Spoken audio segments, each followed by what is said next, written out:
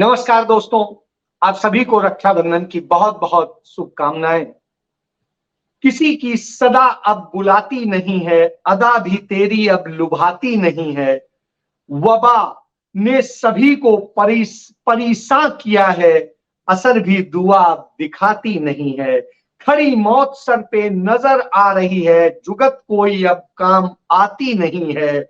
बहुत सुन चुके तेरे जुमलों के भाषण, ये झूठी तसल्ली सुहाती नहीं है, सुहाती नहीं है। बहता बहुत है ये घड़ियाली आंसू, शर्म उसको बिल्कुल भी आती नहीं है। ये जो है अरुण शर्मा साहब की पंक्तियां हैं और उनकी पंक्तियों से मैं बात सुनूंगा। निश्चित रूप से हमारे उन खैर ख्वाहों को शर्म नहीं आती है। शर्म क्यों नहीं आती?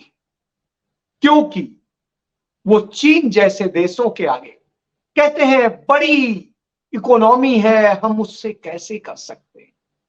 इस तरह की जब सोच हो तो चीन को भी लगता है हम ही हैं और वो हमारे तमाम क्षेत्रों की जमीन दबा लेता है और उसके बाद अपना नया नक्शा जारी कर देता है। हम जो फिंगर 8 तक जाकर के जिस तरीके से करते थे, वहां पेट्रोलिंग करते थे अक्साई चीन तक और सब वो क्षेत्र हमारा होता था, आज स्थिति ये है कि उस सब पर चीन का कब्जा है और उसने तो अब आधिकारिक अपने नक्शे में, मैप में जारी कर दिया कि वो हमारा है। अरुणाचल प्रदेश को भी उसने अपना बता दिया और जिस तरीके से उसने यह नीति अपनाई, भारत के प्रधानमंत्री को तत्काल इस पर कड़ा संज्ञान लेते हुए बयान जारी करना चाहिए था, चिट्ठी लिखनी चाहिए थी और बहुत कुछ करना चाहिए था।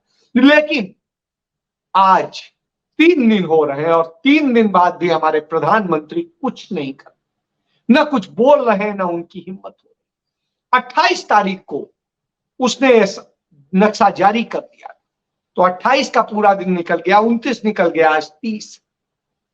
आप इससे समझ सकते, एक छोटी सी अधिकारियों की तरफ से एक चिट्ठी भिजवा करके उसे ही अपना बता देते हैं कि हमने आपत्ति दर्ज करा दी। न विदेश मंत्री कुछ कह रहा है न वो कह रहा है। क्यों?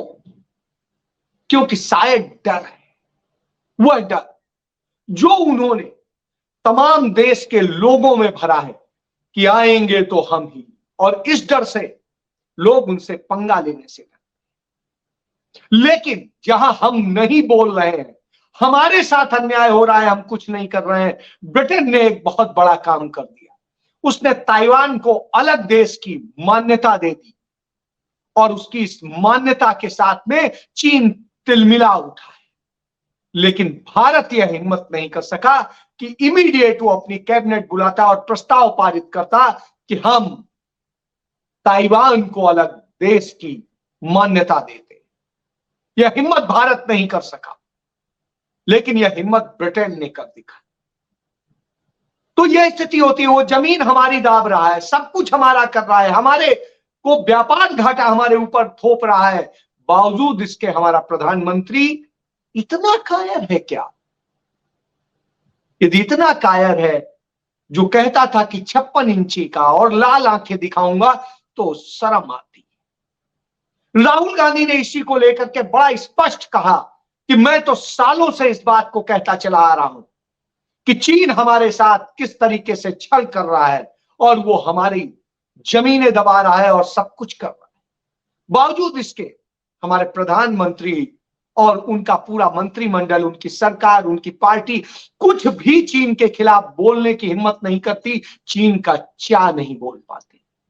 हाँ, यह जरूर होता है कि जब कहीं पे भी चीन के राष्ट्रपति आ जाते हैं तो हमारे प्रधानमंत्री यूं करके खड़े हो जाते हैं, उनके आगे खड़े होते हैं जैसे किसी प्रिंसिपल के आगे एक कर्मचारी खड़ा हो, उस तरह की भूमिका वो दिखा देते हैं, अनुचर की भूमिका दिखा। क्या एक संप्रभु राष्ट्र के प्रधानमंत्री को ऐसा करना चाहिए, जो कहता है हम विश्व गुरु हैं, बहुत बड़ी शक्ति है और सब कुछ है, मदर ऑफ डेमोक्रेसी कहता है, वो इस तरह से करता है? तो अपने आप में शर्म महसूस करा, और वो शर्म हम महसूस कर रहे हैं, क्योंकि देश हमारा है और प्रधानमंत्री हमारे देश का है, तो हमारा प्रधानमंत्री, और हमारे प्रधानमंत्री की बेइज्जती हमारे देश की बेइज्जती निश्चित रूप से हमें करनी। वो बतौर नरेंद्र मोदी कुछ करते हमें कोई आपत्ति नहीं, बतौर प्रधानमंत्री उनकी यह स्थिति हमें लज्जा देती, हमें लज्जा देती। और यह स्थिति क्यों है? क्योंकि नफरत के खेल में पूरी सरकार फंसी हुई है, पार्टी फंसी हुई है। भारतीय जनता पार्टी वास्तव में भारतीय जनता पार्टी की जगह जाने क्या बन गई। उसको बहुत सारी संज्ञा दी जाती है, मैं उसे नाम नहीं दूंगा क्योंकि वो राजनीतिक हो जाएगा। मैं तथ्यों पे ही बात करूंगा। तथ्यों की स्थिति ये है, नफरत का हाल ये है कि एक मोहित यादव कंडक्टर था कॉन्ट्रैक्ट पर उत्तर प्रदेश परिवहन निगम की बस खाली थी, उसे यात्रियों की जरूरत थी, क्योंकि एक शर्त लाद रखी है कितने यात्री होने चाहिए। उसने कुछ यात्रियों को मना के बैठाया, कहा उन्होंने कहा हमें नमाज पढ़नी, हम बाद में जाएंगे। उसने कहा कोई नहीं, रास्ते में जब रुकेगी गाड़ी तभी आप नमाज भी पढ़ लीजिएगा। और एक जगह जब गाड़ी रोकी गई कि जिससे यात्रीगण अपने सुविधा का इस्तेमाल कर सके, उस जगह शौचालय का इस्तेमाल कर सके, उस जगह पर उन्होंने नमाज पढ़ी। ये 10 मिनट का टोटल वाकया था, और इस 10 मिनट का जो वीडियो बना के जिस तरीके से किया गया नफरत के खेल में, उसके बाद उस सच्चे और निर्दोष व्यक्ति को नौकरी से निकाल दिया। और नौकरी से निकालने का नतीजा क्या?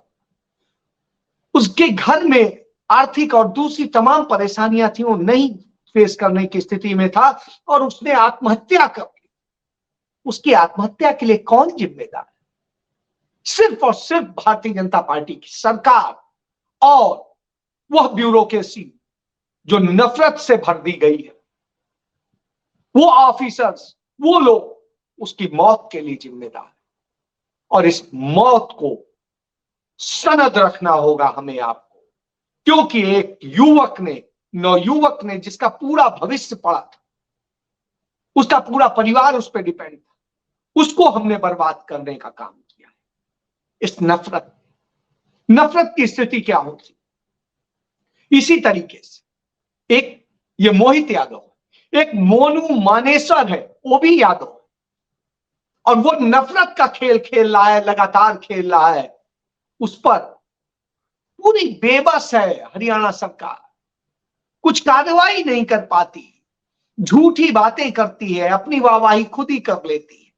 इस तरह की स्थिति में और एक और घटना का जिक्र करूंगा। बहुत हुआ नारी परवार, अब की बार मोदी सरकार, इसकी तो बात हम बड़े सालों से सुनते आ रहे हैं। फिर बेटी बचाओ, बेटी पढ़ाओ, और न जाने क्या क्या जुमले दिए गए। जुमले इसलिए कह रहा हूं क्योंकि जुमले ही साबित हुए, अब तक उस पर कुछ हुआ नहीं। बलात्कारियों को छोड़ देती है यह सरकार, रेपिस्ट की मदद करती है, महिलाओं के हत्यारों की मदद करती है, उन्हें रिहाई दे देती है, उन्हें अच्छा चाल चलन बता देती है, और इस तरह से होता है। और यह वही होता है जहां डबल इंजन की सरकार, यानी भाजपा की सरकार है, मोदी की सरकार है, मोदी के सहयोगी, वहीं पर यह घटनाएं, और इसका नतीजा हम देखते आ रहे हैं। अब उत्तर प्रदेश के हापुड़ जिले में जिस तरीके से एक महिला वकील को सैकड़ों पुलिसकर्मी थे, हथियार बंद थे, डंडों में थे, उन्होंने जिस तरीके से पीटा, जिस तरीके से वो किया उस महिला वकील के साथ और दूसरे वकीलों के साथ, निश्चित रूप से अन्याय। उस अन्याय का प्रतिकार किया जाना चाहिए, और उसका प्रतिकार किया जाने की बात इसलिए आती है क्योंकि वो बच के किस तरह से गई है। उसने किसी पर हमला नहीं किया, उल्टा एफआईआर उसी पर दर्ज कर ली जाती है। इसका जब पूरी बार एसोसिएशन विरोध करती हैं, तब पुलिस के लोग जिस तरीके से व्यवहार करते हैं, सरकार जिस तरह से व्यवहार करती है, वो निंदाजनक। ये बताता है कि किस तरह का नफरत का पूरा समाज बना दिया गया, किस तरह के हालात बना दिए गए, और उन सब हालात को समझने वाला, जानने वाला है, क्योंकि नफरत की यही स्थिति है। जिस तरीके से सारी घटनाएं हो रही हैं, अपने आप में लगता है सरकार डरी हुई है। इंडिया गठबंधन जिस तरीके से मजबूत हो रहा है, तमाम सर्वेज में ये बात सामने आ रही है कि इंडिया गठबंधन भारतीय जनता पार्टी को धूल झकाने की स्थिति में आ गया। और जिस तरीके से उसको लेकर के कांग्रेस पार्टी आक्रामक हो गई है, और तमाम भाजपा की कोशिशों, नरेंद्र मोदी की कोशिशों के बाद भी आज शरद पवार और कांग्रेस के नेताओं और शिवसेना के नेताओं ने एक साथ ज्वाइंट प्रेस कॉन्फ्रेंस करके इस पूरे मीटिंग के बारे में जानकारी, और जिस तरीके से उन्होंने कांग्रेस पार्टी के नेता को बड़े भाई की तरह से बैठाया, वह बताता है कि अब हालात बदल चुके हैं। अब जवाब दिया जाएगा और जवाब देने की तैयारी। वही दूसरी तरफ राहुल गांधी जो वायदा करते हैं, बात करते हैं, वो पूरे भी करते हैं। उन्होंने कर्नाटक चुनाव में 5 वायदे किए थे, जिन्हें 5 गारंटियां कहा गया, और उस 5वें वायदे को भी उन्होंने आज रक्षाबंधन पर पूरा कर दिया, और एक बटन दबाकर सारी बहनों के खाते में उन्होंने उनसे किए गए वादे के मुताबिक पैसे भेज दिए। कांग्रेस पार्टी की जहां जहां सरकार है, वहां पर सभी उज्ज्वला कनेक्शन वालों को 500 रुपए का गैस सिलेंडर मिलता है। उनके राज्यों में 500, चाहे राजस्थान हो, चाहे छत्तीसगढ़ हो, चाहे कर्नाटक हो, या चाहे हिमाचल। तो यह है। दूसरी तरफ भारतीय जनता पार्टी सालों साल उसकी सरकार लूटती है, धीरे धीरे करके उस सब्सिडी को खत्म करती है और लोगों के ऊपर बोझ डाल देती है। इतना बोझ डाल देती है कि आम आदमी, गरीब आदमी अपने घर का चूल्हा नहीं जला सकता। और जब चुनाव आ जाता है, चंद महीने बचते हैं, तो वो कुछ पैसे कम कर देती है। अब उदाहरण के लिए 400 रुपए का सिलेंडर हुआ करता था, 415 बढ़ा करके 1150 का लिया। अब 1150 के बाद में इन्होंने कहा हम 200 रुपया कम कर देते हैं। आप समझिए कैसे मूर्ख बनाया जाता है। मुझे इसका एक उदाहरण याद आता है। एक नेताजी ने हमें बताया, खुद का अपना उदाहरण बताया। वो उनका एक बार ऐसे ऐसे था, मुझे लगा कि थोड़ा सा तमाम सारी चीजें थी। हमने कहा अच्छा आए सबके सब रेट बढ़ा दीजिए और ये कर दीजिए, हमने आपको चुनाव में इतनी मदद करी है। हमने उन्हें कहा कि अच्छा कोई बात नहीं, उनका कितना बढ़ाना चाहते हैं। उन्होंने कहा हम चाहते हैं कि इसका रेट 1 रुपया कर दिया जाए। उन्होंने कहा कोई बात नहीं। उन्होंने बुलाया ऑफिसर्स को और कहा कि 2 रुपया रेट घोषित कर दो। 2 रुपया रेट घोषित कर दिया गया। अगले दिन से तमाम लोगों ने प्रदर्शन किया और वो किया और सारी चीज। नेताजी 2-3 दिन देखते रहे, 4 दिन देखते रहे। हफ्ते भर बाद में वहां पहुंचे और कहा, घोषणा करी कि आप सबकी बातों पर हम गौर करते हुए तुरंत प्रभाव से इसका रेट 1.5 रुपया कर। लोगों ने तालियां पीटी। आज नेताजी ने बड़ा भारी काम कर दिया। वो 1 चाहते थे, वहां 1.5 कर दिया। उसके बाद में उन्होंने बुलाया और उससे कहा कि ऐसा है, हमने इतनी करी है, अब चुनाव में इतनी मदद करा और इतना इस फंड में जमा करा। अब आप समझ सकते हैं कि क्या खेल। तो नरेंद्र मोदी वही खेल करते हैं। आपकी जेब से छीन लेंगे, इतना निकाल लेंगे और फिर उसमें से कुछ आपको पकड़ा देंगे और कहेंगे कि साहब हमने बहुत बड़ा काम कर दिया। यह नरेंद्र मोदी की नीति। इसीलिए राहुल गांधी सच्चे लगते हैं, क्योंकि वो जो कहते हैं उस पर टिकते हैं। तो यह एक सत्य है। वो बनाने की बात करते हैं, बिगाड़ने की नहीं करते, नफरत की नहीं करते। लेकिन यहां नफरत फैलाई जाती है, और नफरत के एक उदाहरण नहीं। गाजियाबाद आज एक वकील साहब उनके चैम्बर में घुस करके गोली मार दी गई उनके सर। आप सोचिए कितना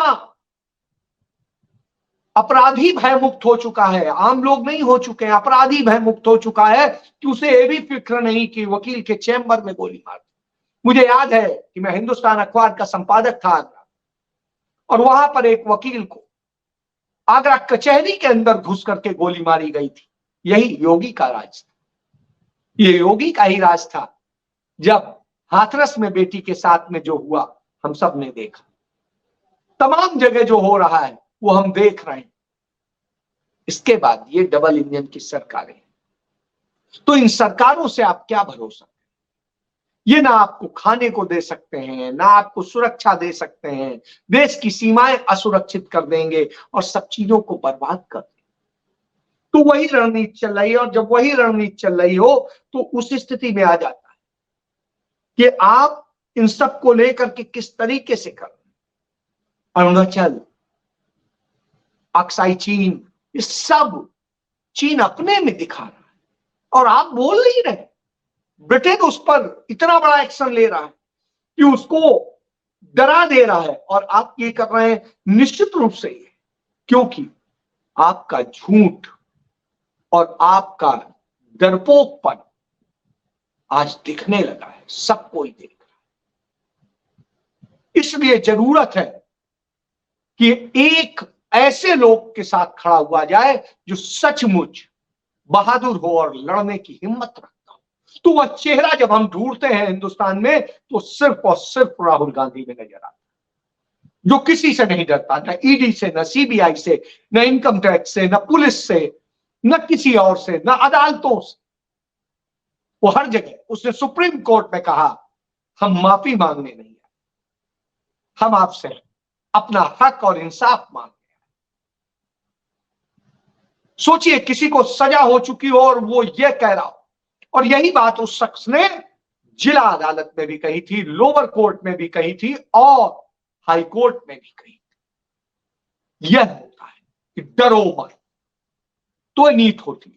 उसी नीति पर इंडिया गठबंधन बनाया गया, और जो इंडिया गठबंधन है जिसकी कल पूरी मीटिंग होनी है, उस मीटिंग का तीसरी मीटिंग है, और तीसरी मीटिंग तक हिल गई है मोदी सरकार।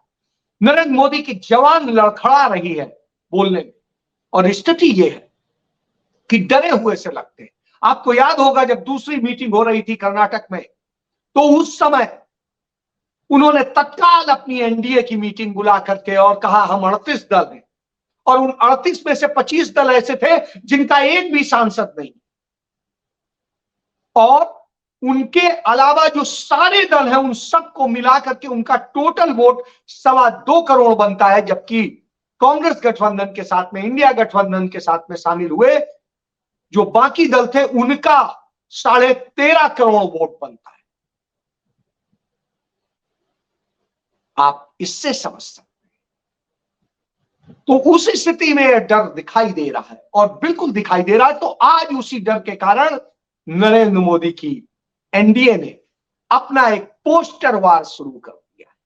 पोस्टर रिलीज करके उन्होंने उसको, खबर को दबाने की कोशिश की है, लेकिन इंडिया गठबंधन आज किसी मीडिया का मोहताज नहीं। वो अपनी लड़ाई लड़ रहा है और अपने ढंग से लड़ रहा है, और वो जन जन तक पहुंच रहा है। वो आम आदमी को इंसाफ दिलाने की लड़ाई, वो लड़ाई है इस देश की सीमाओं की, वो लड़ाई है असमानता के खिलाफ, वो लड़ाई है इस धार्मिक अंधता के खिलाफ, वो लड़ाई है किसी के साथ अन्याय से बचाने के लिए। तो यह लड़ाई है आम आदमी की, हर व्यक्ति को हक देने की। तो लड़ाई जारी है, और उस लड़ाई राहुल गांधी नेतृत्व करने पहुंच रहे हैं, और राहुल गांधी का नेतृत्व ही मोदी को डराता है। इसलिए वो राहुल गांधी पर हमला बोलते हैं, उनके लोग बोलते हैं, यह एक सत्य है। और इसीलिए सारी मशीनरी राहुल गांधी के खिलाफ लगी होती है, लेकिन फिर भी वो लड़ता है, डरता नहीं। इस सच को जानना होगा। तो चलिए फिर से एक बार आपको रक्षाबंधन की बधाई, और आप सब सुखी रहें, सुरक्षित रहें, प्रसन्न रहें, यही कामना है। इसके साथ जय।